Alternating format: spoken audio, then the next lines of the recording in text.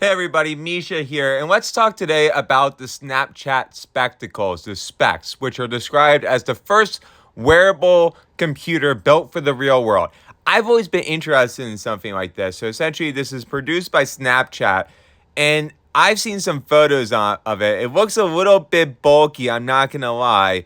And I wanted to talk about as someone that has been thinking about and own some wearables where I land as a customer. I'm curious to hear your thoughts as well. So these honestly look really bulky to me.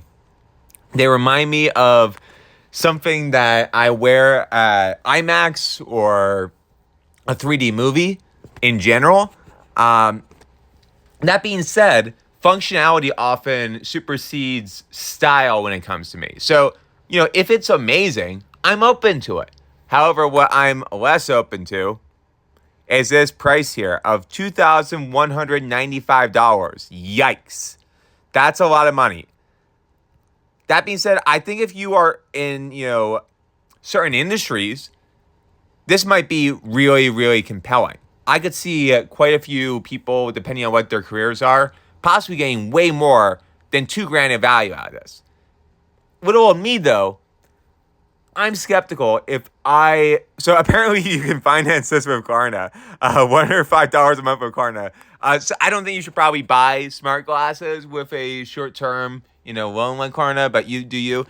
It's interesting to me, but it's something where it's kind of like the Apple, was it the Vision Pro? That's interesting to me too. And I'm already in the entire Apple ecosystem, and I didn't bite on that. And that's very interesting tech to me. I just don't think I get enough value necessarily out of the AR VR wearables at this time. And also, as someone that already owns one of the Meta Quest items, which I think are, overall the Meta Quest 3S is a pretty dang good machine, as is the Meta Quest 3, which is even more powerful. If you're into virtual reality, the workstation modes on that are already quite advanced. So where does this leave the Snapchat Spectacles? I'm curious. I'm curious how the AI features are exactly enabled. And I'm curious to kind of get my head, or I guess my eyes, behind the screen here as a user. So I'm not going to go ahead and try them on here, but I'm skeptical at the price point. That being said, early adoption ideas tend to be priced higher. And the people that buy this are usually more likely to be early tech adopters, much more likely to spend money on it. So I understand what they're doing here. It's probably covering the production costs and everything.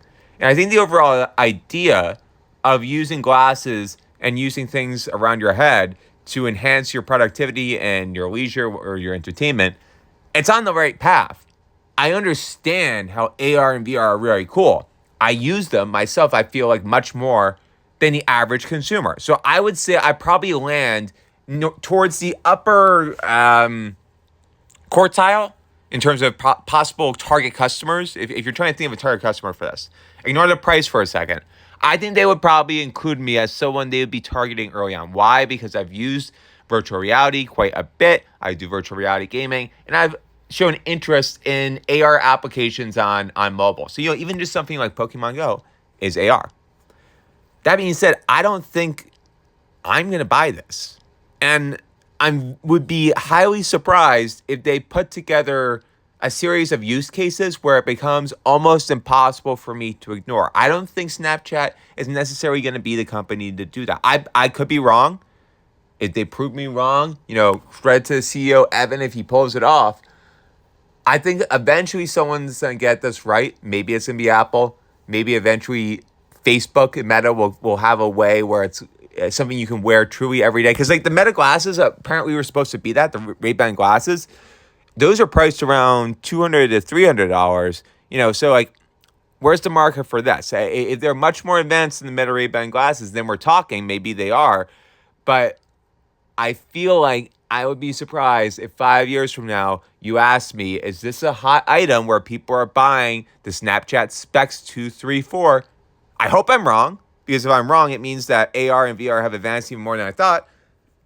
I would probably say no. The Snapchat specs are not going to be near, the top of those product lists. I do think that in general, we're going to see a winner emerge, whereas from Google, Apple, Meta, or one or two winners at least, where there's some more market adoption beyond what is currently, in my opinion, a heavily subsidized space in general from Meta. Meta has been subsidizing, guys, AR and VR hardware to a significant degree. So would I be shocked if eventually, it advances further? Not at all, but I would be shocked if Snapchat is the one to do it, selling $2,200 spectacles that look like this.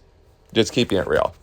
Anyway, guys, my name is Misha. We are just doing a conversation on this. Let me know your thoughts about the specs. Are you going to get them? And if you are, I'm curious why. What do you see as a major value add for you?